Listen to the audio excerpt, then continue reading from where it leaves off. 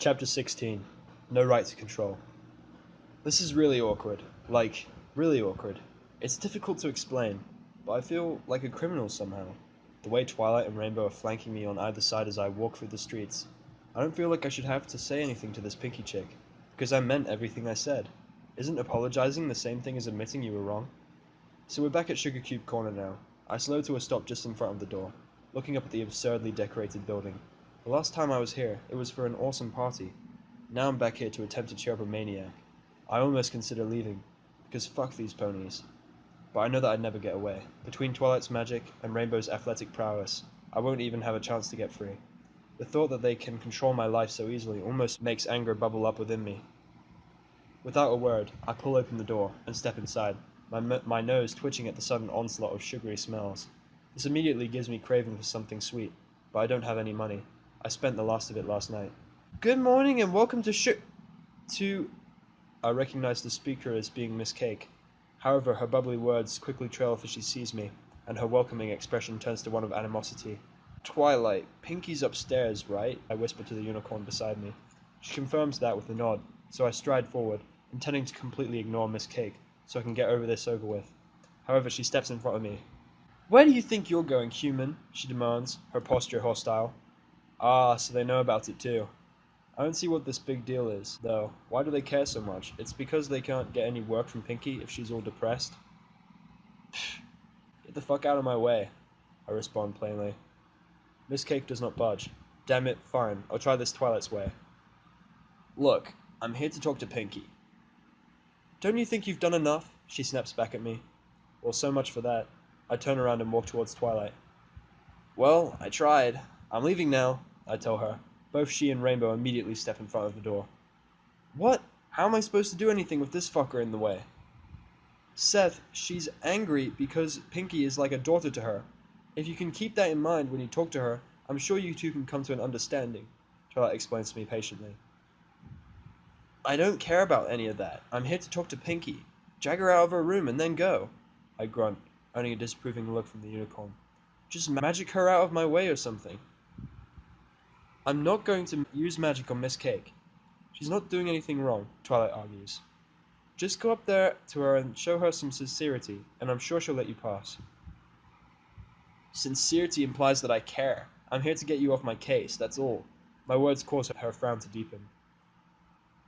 Fine, but know that everything I say to her will practically be a lie. Miss Cake hadn't budged from her position, and she glares at me as I walk back to her. Look, I need to get past you, I tell her bluntly.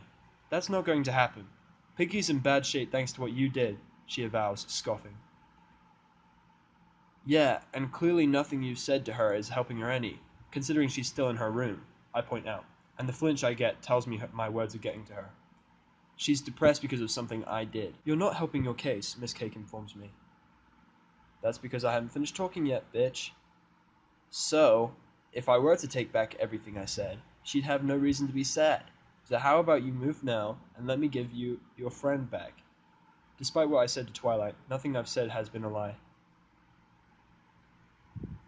How can I be sure you won't just make it worse? Miss Cake asks in an accusatory manner. Oh good, she's deciding that now's a good time to distrust me. While smart, it's really just getting in my way now. Look, I get that you're trying to protect her or whatever, but you're stopping me from apologizing to her. What kind of friend are you? I demand. Miss Cake looks like I've struck her. She seems like she's going to argue, but she thinks better of it, instead choosing to at last step aside and allow me to access the staircase at the back of the shop. Alright, she's upstairs, just behind the counter, Miss Cake says with a sigh. Finally, now I can actually do what I came to do. The three of us walk up the stairs at the back of the shop, where the bedrooms are located. Once we're up there, Twilight leads me to a particular room which I assume is Pinkie's. This is it. Give it your best shot, Twilight encourages me with a smile. Whatever. I grab the door handle and pull, but it doesn't budge. Raising an eyebrow, I try pushing, but that doesn't work either. So it's locked. I give Twilight a meaningful look. She sighs and walks toward the door. Pinkie, are you in there? Can you let us in? She calls softly. Silence is her only response. That can't be good. Come on, Pinks, open up! Rainbow tries as well. This time we get a response. Go away! I don't want to annoy any pony any more than I already have. Pinkie's high-pitched voice filters through the door. I can't help but groan and facepalm. What the hell? Is she a child having a damn tantrum? Pinkie, no pony thinks you're annoying. Twilight attempts to reassure her friend, but once again silence greets her. Okay, no, this is just a waste of my time at this point. Okay, I've lost my patience, I growl, loud enough for Pinkie to hear me inside, judging by the gasp I hear. I'm coming in, whether she likes it or not. Seth, what are you going to... No, wait! Twilight protests as I stalk past her. Once I'm standing in front of Pinkie's door, I take a quick moment to examine it. Perfect, it doesn't look that sturdy. Twilight and Rainbow look at me in shock as I lift up my foot and kick the door hard just above the handle, breaking the flimsy lock. The door slams open inwardly, hitting the wall and shaking violently. I walk inside, getting a look at Pinkie's room as I do so. Strangely enough, it's circular and rather large. There's even a damn fireplace in here. I guess she's a lot better off than I expected. Considering, what, she works at a bakery? I don't think their salaries are that high. Pinkie herself is lying on the bed opposite the room from me, and she looks somewhat different than I remember. Her mane is totally straight, for one, rather than that frizzy explosion it's used to being. Maybe I'm seeing things, but her coat appears to be a darker shade of pink than I remember as well. Okay, enough of that pity party. Get up and talk to me, I order her callously. Pinkie stirs slightly, lifting her head and looking at me with sadness in her eyes. Damn, she looks pitiful. I feel a little guilty for causing her to be in this state. I was just trying to get her to leave me alone, not actually believe every word I said to her. Seth, what are you doing here? Pinkie asks weakly, resting her head on the edge of the bed, sort of like a cat does. Before I answer, a thought strikes me. I turn back towards the door, and sure enough, Twilight and Rainbow are trying to get in. 1 second, I tell her. Then I grab the door and slam it shut in their faces. You brought me here to do a job, now fuck off so I can do it. There, now I can have this conversation without them peering over my shoulder. Now, the better question is, why are you still here and not having fun with your friends? I demand. Are they really my friends? How do I know they're not just tolerating me? You were right. You're the first one to say I'm annoying, Pinkie laments, causing me to groan and rub my forehead. This is going to be harder than I thought. Don't be a dumb fuck. Yeah, they totally tolerate you. That's why they chased me down and brought me here to talk to you. I respond, sarcastically. Pinkie flinches at my rough words, and then opens her mouth. Idiot, of course they care about you. But how can they care about an annoying pony like me? Pinkie asks pitifully. Oh, for the love of God. Time to rip this problem out by the roots. Look, this isn't about them. It's about you and me. I said the things I did because they are true. To me. You just can't approach me in that manner, and not have me get annoyed. I explained to her carefully. Pinkie looks at me in confusion, so I didn't quite explain that well enough.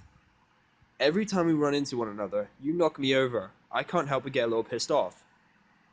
I know, and I'm sorry. I just wanted to help you have fun. I've never seen you smile. I mean, really, really smile. Not that little fake smile you sometimes put on, Pinkie responds. Her words are actually somewhat touching. Despite how stupid they sound, who the hell thinks knocking someone over is a good way to help them have fun? But she's perceptive enough to tell that almost every smile I put on is fake, and she wants to change that. That I don't understand. Why would you do that? What do you get out of seeing me smile? I question honestly. I get tired of standing, so I move over to the bed and sit down next to her. Pinkie shifts to give me room. Because seeing everyone sad is enough to make me sad, and you always look sad, so I'm sad when I see you sad, Pinkie begins, and her wording is enough to make me pause a moment and try to make sense of it. But if I make you smile, then I can smile, and everyone's happy. Wait, so you're telling me that the happiness of others is your happiness? I ask, putting her reasoning into my own words to make sure I understood. Uh-huh, Pinkie confirms. I look at the ground, processing that. That sounds like total bullshit. You ponies never make sense, I comment, wryly. Anyway, I think it's time you got out of this room.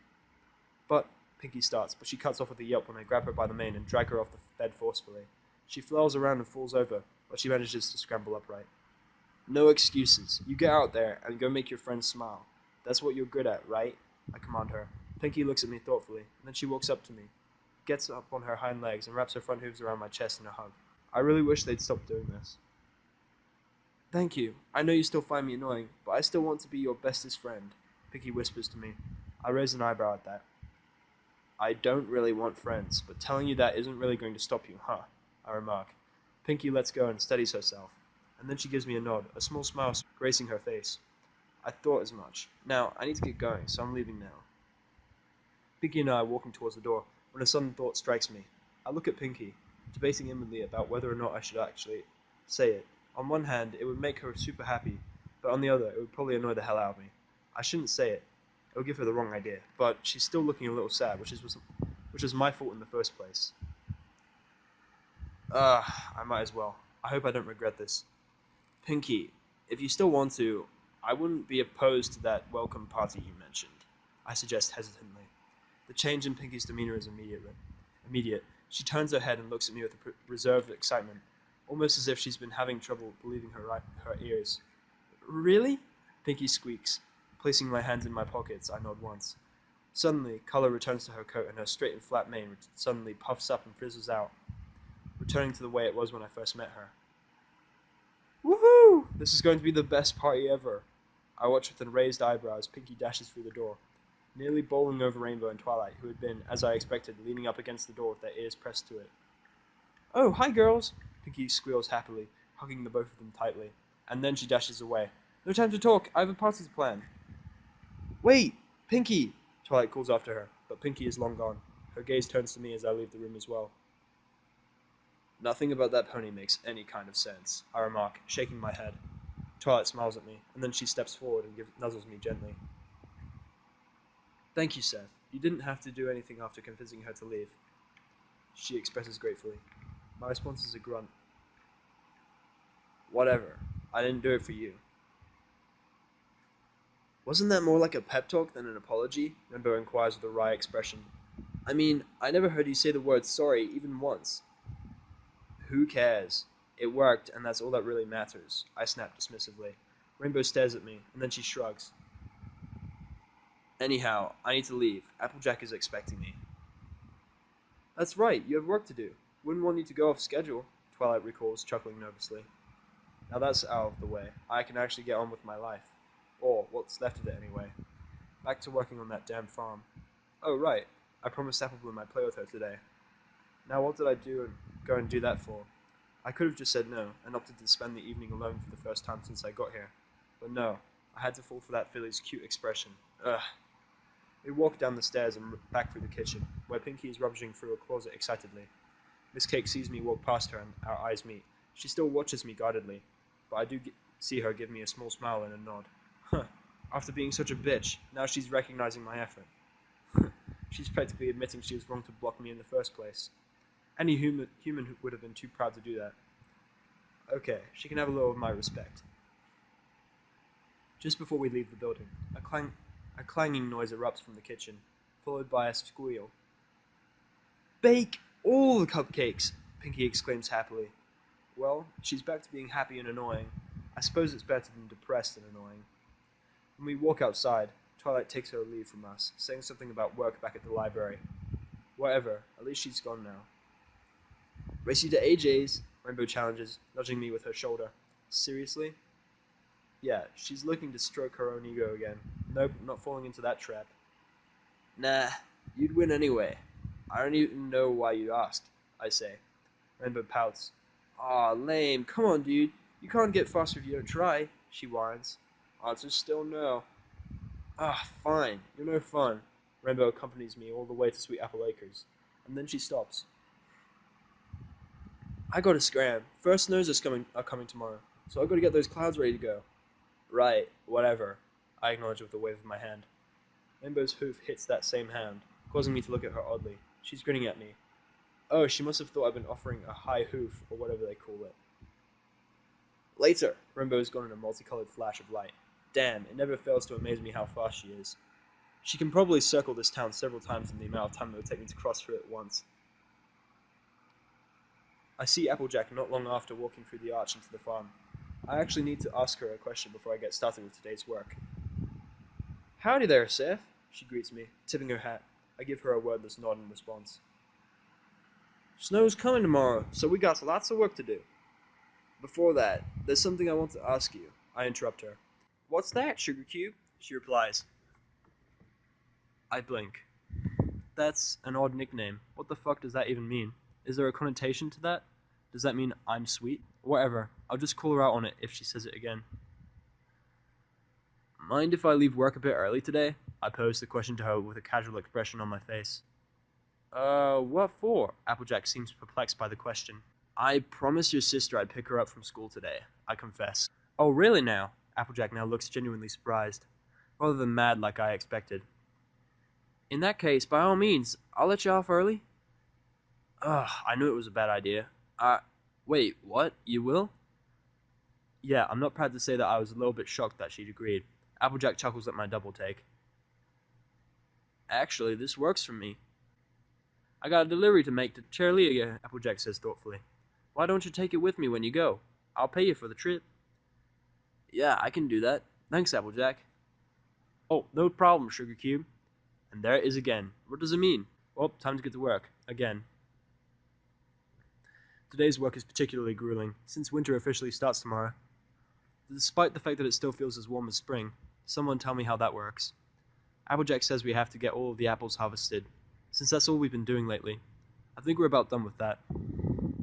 I don't see much of Big Macintosh until he shows up in the afternoon to relieve Applejack.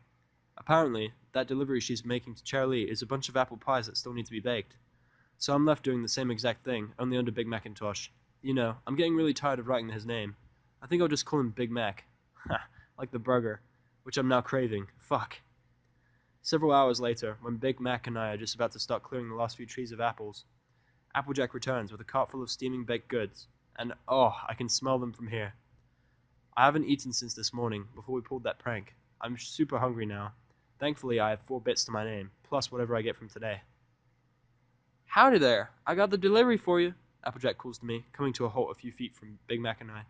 She unstraps herself from the cart and trots up to me. Looks like you're doing pretty good. Me and Big Mac can take it from here. Ha, even she calls him Big Mac. It's official. I'm calling him that forever. Understood. I'll be back, I promised. Slipping under the harness, I rest it on my shoulders, discovering that it's really not all that heavy. I just have to make sure I don't dislodge any of the food. I begin the trek, knowing that this is essentially the end of my workday, even if I'm getting paid for it. It's a really nice day, ironically enough. It feels like the weather back when I used to live. Warm one day, then cold as shit the next. Then again, I'm technically still near the place I used to live, since all that's changed is the time I'm in. That's still weird to think about. Anyhow, the point I was trying to get to, despite my rambling, is that I'm sweating. Pulling this cart, even if it's not that heavy, is still a real chore.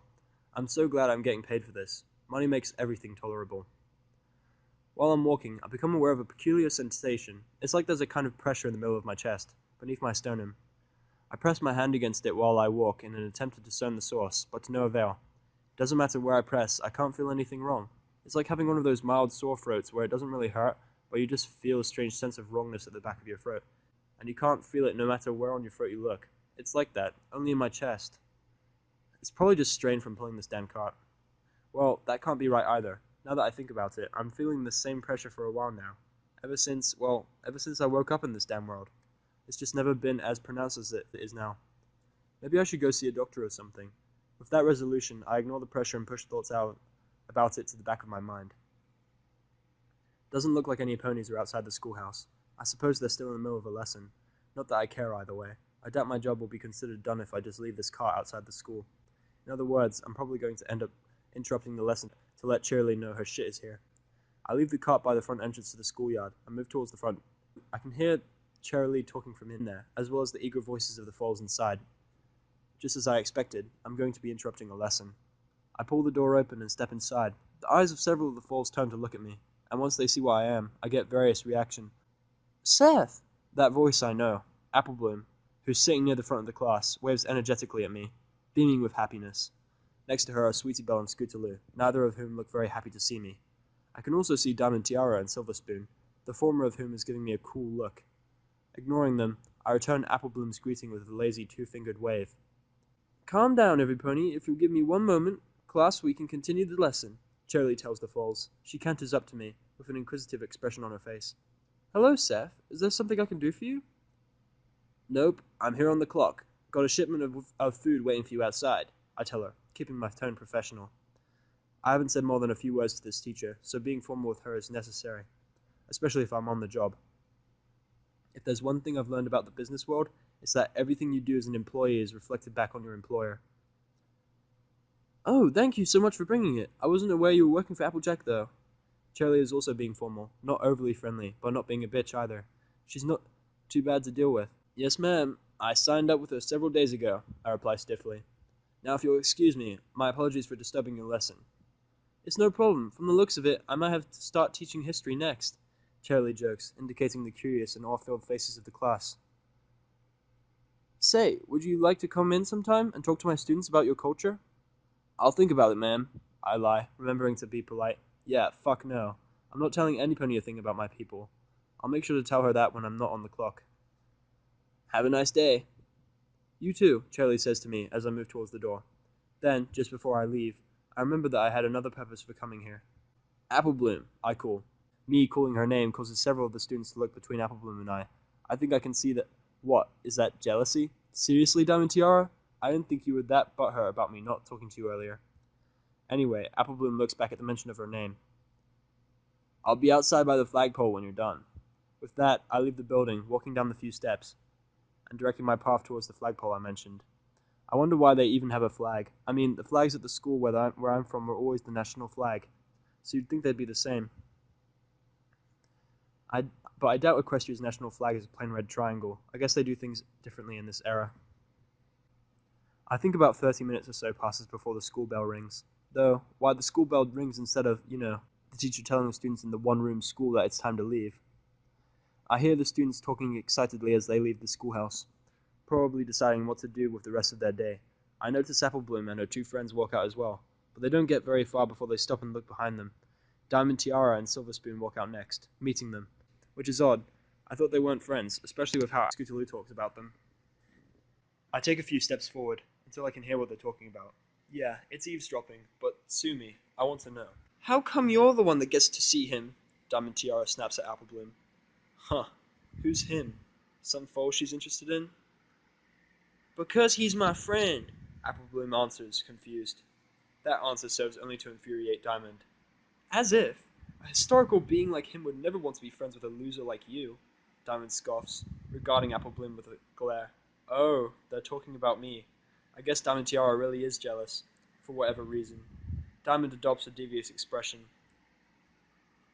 In fact, I heard him say that he has no need for your friendship. Applebloom looks like she's been slapped. She recovers quickly, though. Yeah, right. Seth would never say something like that. You can't fool me. You think I'm lying? Of course you do, you sad fool. Oh no, he really did say that, didn't he, Silverspoon? Diamond Tiara responds coolly. I can't help but feel my blood run cold for some reason. That can't be right. Applebloom trails off, looking at the ground. Sweetie Belle and Scootaloo for some reason aren't backing their friend up. Perhaps it's because they prefer Applebloom hate me. Oh, Applebloom, you really shouldn't be so surprised. There's nothing for him to like about a bunch of blank flanks like yourselves. Diamond Tiara admonishes her with a sneer. I'm sure he'd much rather spend time with some pony as rich and classy like us. Definitely, Silverspoon adds. I can't think. For some reason this is making me really angry. I don't know why. Lay off, Diamond Tiara, Scootaloo shoots back, finally coming to the aid of her friend. Diamond just laughs derisively. I don't think I will, Applebloom. Why don't you bring him over here to talk to us? Diamond suggests. Why would I do that? Seth shouldn't have to deal with ponies like you. Applebloom shoots back. Applebloom, do you remember that time I lent you money so you could buy these tools the other day? Diamond says casually. I freeze. Tell me she's not. I can't. Must I remind you of the things I did for you the night before? I don't know, this is weird, I should probably do them in a weird voice. Must I remind you of the things I did for you the night before? It won't be pleasant for you if you refuse. Diamond's words seem to merge with the ones from my memories. Something inside of me snaps. I get to my feet, shaking with rage, and it's like my feet are moving on their own. Wind rushes through my hair as I rapidly close the distance between me and the fillies. My gaze is riveted upon Diamond Tiara. I don't know what I'm doing. All I know is that I'm going to teach that bitch a lesson. No one else, especially Applebloom, is going to suffer what I did. Mind telling these Diamond Tiara gloats triumphantly at first, but when she sees how rapidly I'm moving towards her, as well as the rage-filled glare I'm giving her, she realizes that something isn't right. Wait, what are you? Diamond cuts off with a strained gurgle as my right hand. Whoa, shit! Oh shit! These are little kids. This guy's fucked up. Diamond cuts off with a strained gurgle as my right hand closes around her throat like a vice. I lift her clear off the ground, adrenaline giving me strength. The other fillies gasp in horror as I carry her over to the nearby tree outside the front door and slam her into the trunk hard enough to crack the buck. Her tiara falls to the ground from the shock. You! I'm so angry I can hardly put together the words in my mind. I won't let you. Hate sand! Seth, what are you doing? Applebloom exclaims, galloping over to us, along with Sweetie Belle, Scootaloo, and Silver Spoon. Please stop! You think you can just order ponies around like you own them? I snarl into Diamond's flushed, terrified face. You have no right. Don't you understand that you make the lives of the ponies you torment a living hell? That's really ironic for him to say that. Diamond Tiara! Silver Spoon cries out, rushing to help her friend. I deal her a swift kick in the flank, sending the small filly sprawling through the dirt, cracking her glasses and causing her necklace to break. Pearls scattering everywhere. The pressure in my chest feels almost like it's trying to get loose, but I somehow manage to hold it back mentally. Calling Applebloom a loser? For what? Not having a special talent? Look at yourself, you fucker. What the hell kind of talent does a tiara symbolize anyway? Is it supposed to signify that you're rich? Or is your talent being a useless, spoiled brat who gets her kicks out of ruining the lives of others? The words just won't stop. Diamond Tiara struggles and gasps for air in my grip, but there's no way I'm letting her go. Please, Seth, that's enough, Applebloom begs me, but I'm past hearing her. Applebloom is a million times better than you. She has a future to look forward to, unlike you, who will probably live eating out of your father's hoof for the rest of your life, thinking the world owes you something. I bring my face dangerously close to hers. Here's something you may not know. The world doesn't owe you shit. With that, I finally drop her. Diamond hits the ground and gulps in precious air, holding a hoof to her neck. Her eyes are wide and traumatized, which gives me a sense of grim satisfaction. Then she glares at me, panting. You won't... My father... That's right. Call your father. Prove me right. Diamond is silent as she tries to regain her breath. She reaches for her tiara, which is right next to her knee. Yeah, I don't think so. I stomp my foot down, breaking the fragile thing with a crunch. Diamond's cry of anguish tells me that I had broken something important to her. I notice the other ponies are looking at me with fright. Even Applebloom is looking at me with shock. What the hell? Why are you looking at me like that? I helped you. And fuck this. Fuck you and fuck this. I roll around and storm away from them, leaving the school behind. I don't know where I'm going, but I want to be alone, so it doesn't matter where I go. Why did I let myself lose my temper like that? She's not my friend, so it shouldn't be my problem. Then why... I can't think straight. Following the path leads me to the river, which instead of crossing to go back in town, I follow it until I reach a place where a railroad crosses it with a bridge. It looks abandoned right now, which is perfect for me. Under the bridge, it's very dim, as the only light comes from the sun peeking through the gaps in the bridge. The river flows serenely past me, the sound serving to calm me down a bit. I feel like shit. I guess Applebloom is terrified of me now. I guess she won't talk to me anymore. That's for the best, I suppose. Fuck, I yell out loud, the sound echoing through the enclosed area. I know what it is. I guess Diamond Tiara essentially became Jana in my mind. I certainly would have beaten Jana to a pulp if I saw her there. So, I guess it's really no surprise I took everything out on Diamond. I feel a little bad though, because I'd essentially yelled at a young girl. Seth? A timid voice calls from the stairs. At first I think I'm hearing things, at least until I hear it again. Are you down there? I look sharply to see the shadow of a single filly on the staircase. That voice. What the fuck is Applebloom doing here? Yeah, I say hesitantly. Why the hell is she here? Isn't she supposed to be frightened of me? I saw her face when I dropped Diamond Tiara. She was terrified. Applebloom walks down the stairs, the clopping of her hooves echoing eerily off the walls. I don't look at her as she walks to my side. She places her two front hooves on my leg and looks up at me. Are you okay? She asks simply. Do I look like I'm fucking okay? I snap at her. Applebloom recoils at the venom in my tone. Immediately I regret shouting at her. Sorry, I just... Damn it. What did Diamond Tiara do to make you so mad like that? I ain't never seen anyone that mad before. Applebloom asks me gently. When I look down at her, I realize that at some point she'd crawl onto my lap. I don't know what she's trying to accomplish with that. Without thinking about it, I reach a hand down and start stroking her back like I would a cat's. Looking back at that, it's not that odd. My parents owned 2 cats, and whenever I'd visit, they'd love to spend time on my lap. That's probably the subconscious connection I made. It's not fair. It's just not fair, I growl, rubbing my forehead with my free hand. How can she think she can manipulate others like pawns? I've had it happen to me, and look how I turned out. What? Damn it, Tiara bullied you too? Applebloom asks, not understanding. I sigh and shake my head. No, it's something that happened a long time ago. Way before you were born, I explain vaguely. I wait to see her nod before I continue. Everyone used me and then threw me away once they couldn't use me anymore.